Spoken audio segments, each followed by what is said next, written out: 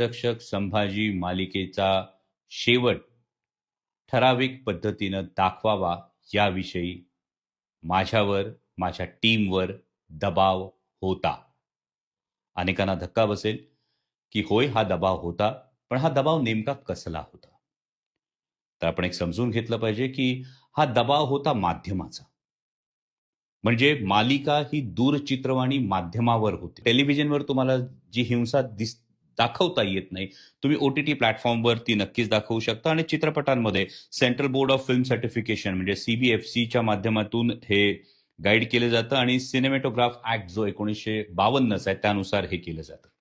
आता मालिकेमध्ये नक्कीच एस-एन-पीच्या या मर्यादा होत्या. त्यामुळे रक्त किती दाखवायचं, हिंसाचार किती दाखवायचा, या सगळ्याला काही मर्यादा होत्या.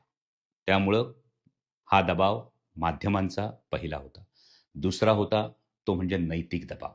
मला आठवतं राजा शिवछत्रपती मालिका जेव्हा मी करत होतो, तेव्हा एक फार मोठे अधिकारी मला भेटायला आले होते आणि त्यांच्या पत्नीने मला एक प्रसंग सांगितला होता, की मिर्झा राजा जयसिंगाच्या छावणीत छत्रपती शिवाजी महाराज जेव्हा मान खाली घालून तहाच्या वेळी उभे राहत होते. तो एपिसोड मला वाटतं राजा शिवछत्रपती मालिकेचा जवळपास एक 3-4 एपिसोड्स हा तहाचा प्रसंग चालला होता आणि त्या भगिनीने मला सांगितलं होतं, की ते 3-4 दिवस तो एपिसोड बघताना ते अधिकारी जेवत नव्हते, जेवलेच नाही. ते इतके अस्वस्थ झाले होते. त्यामुळे हा इम्पॅक्ट तुम्हाला कायम लक्षात ठेवावा लागतो. राजकीय दबाव होता का?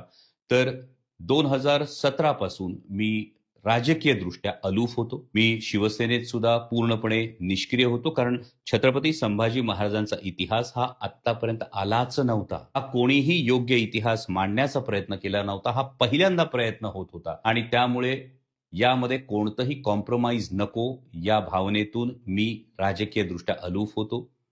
मालिका 2017 मध्ये सुरू झाली.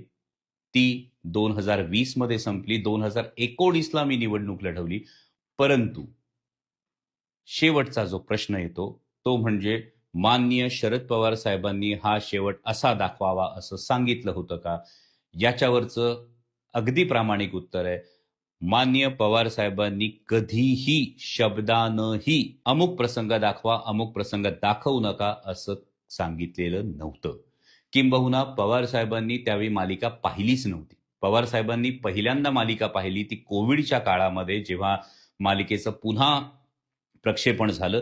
त्यावेळी शरद पवार साहेबांनी पहिल्यांदा स्वराज्यरक्षक संभाजी ही मालिका संपूर्ण पाहिली. त्यामुळे यामध्ये शरद पवार साहेबांचा हात होता आणि म्हणून कुणाला तरी खुश करण्यासाठी मालिकेचा हा शेवट दाखवणं हा धादांत खोटा प्रचार आहे. आणि असा प्रचार करणाऱ्यांनी फक्त एकदा सांगावं, की आपण छत्रपती संभाजी महाराजांचा खरा इतिहास समोर आणण्यासाठी खरोखर काय